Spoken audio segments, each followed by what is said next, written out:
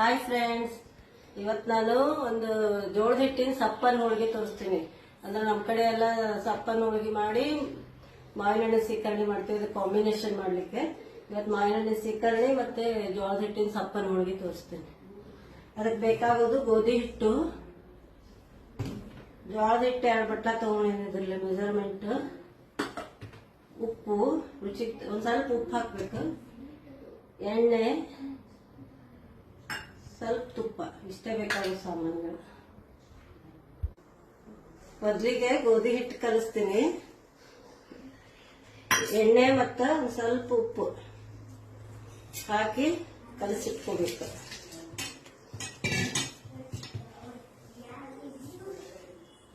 Hitting soft ಆಗಿ ಕಲ್ಸ್ಕೋಬೇಕು. ಒಂದ್ ಸ್ವಲ್ಪ ಎಣ್ಣೆ ಹಚ್ಚಿ ಸರಿಯಾಗಿ ಹಾಕೊಂಡು ಹಿಂಗ್ ಬಬಲ್ಸ್ ಬರ್ಬೇಕು. ಹಿಂಗೆ ಇದು ಸಾಫ್ಟ್ ಆಗಿದೆ ನೋಡ್ರಿ. ಈಗ ಇದನ್ನ ಅರ್ಧ ಗಂಟೆ ಹಿಟ್ಟು ನೆನಿಲಿಕ್ಕೆ ಇದನ್ನ ಮುಚ್ಚಿ ಒಂದ್ ಕಡೆ ಇಡೋದು. ಇದರಲ್ಲೇ 2 ಬಟ್ಲ ಜೋಳದ ಹಿಟ್ಟು ತಗೊಂಡೇನಿ.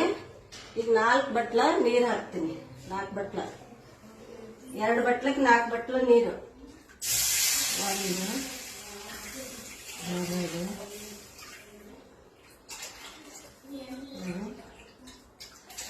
4 ಬಟ್ಲು ನೀರು ಹಾಕಿದ್ದೀನಿ. ಇದಕ್ಕೆ ಉಪ್ಪು ಸ್ವಲ್ಪ ಬುಟ್ಟಿಗೆಲ್ಲ ಅಂಟ್ಕೋಬಾರ್ದಂತ ಆಯಿಲ್ ಹಾಕ್ಬೇಕು. ಹಾಕಿ ನೀರು ಕುದಿಲಿಕ್ಕೆ ಬಿಡಬೇಕು. ನೋಡ್ರಿ, ನೀರು ಕುದಿತಾ ಇದೆ. ಇದಕ್ಕೀಗ ಜೋಳದ ಹಿಟ್ಟು ಹಾಕಿ ಉಕ್ಕರಿಸ್ಕೊಡ್ತೀನಿ.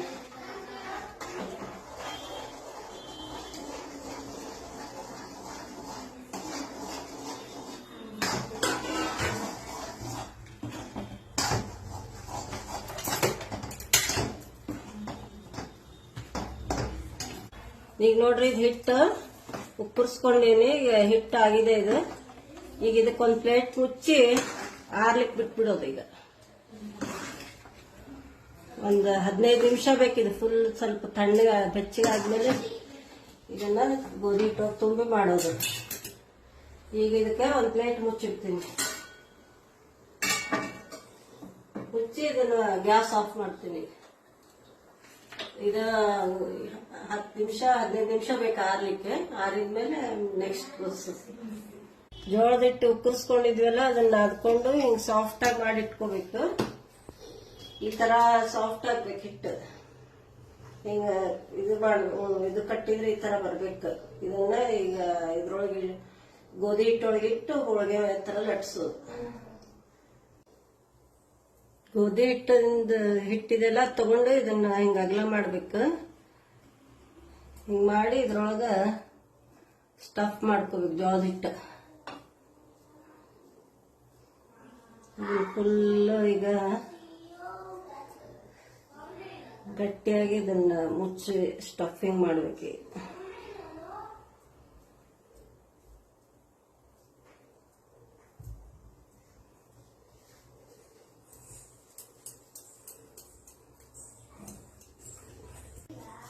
ಈಗ ಇದನ್ನ ಲಟ್ಟಿಸ್ಕೋಬೇಕು. ಹಿಂಗ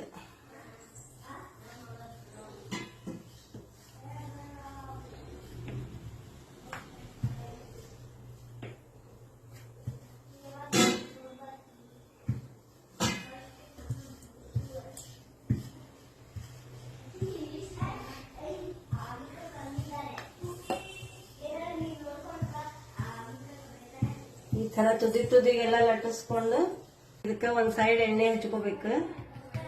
ಹಚ್ಕೊಂಡು ನಿಧಾನಕ್ಕೆ ಎತ್ತಿ ಈ ತರ ಹಾಕ್ಬೇಕು.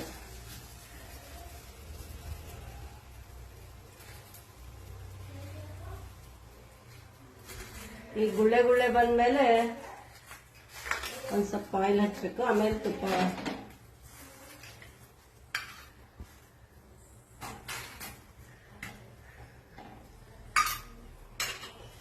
ಈಗ ಬಬಲ್ಸ್ ಬಂದ್ಮೇಲೆ ಎಣ್ಣೆ ಹಚ್ಚಿದ್ದೀನಿ. ಈಗ ತಿರುಗಿಸಿ ಹಿಂಗ ಹಾಕ್ಬೇಕು.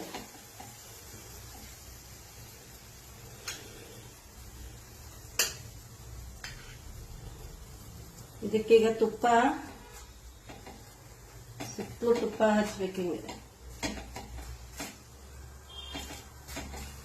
ನೋಡ್ರಿ ಎಷ್ಟು ಚೆನ್ನಾಗಿ ಆಯ್ತಿದು.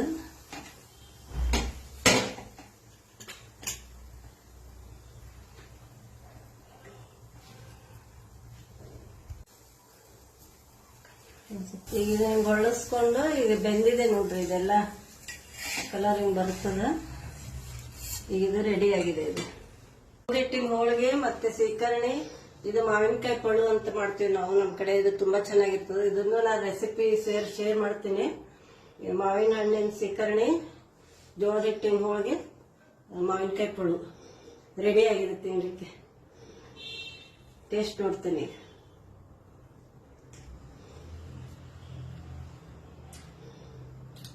ಪರವಾಗಿಲ್ಲ, ತುಂಬಾ ಚೆನ್ನಾಗಿದೆ.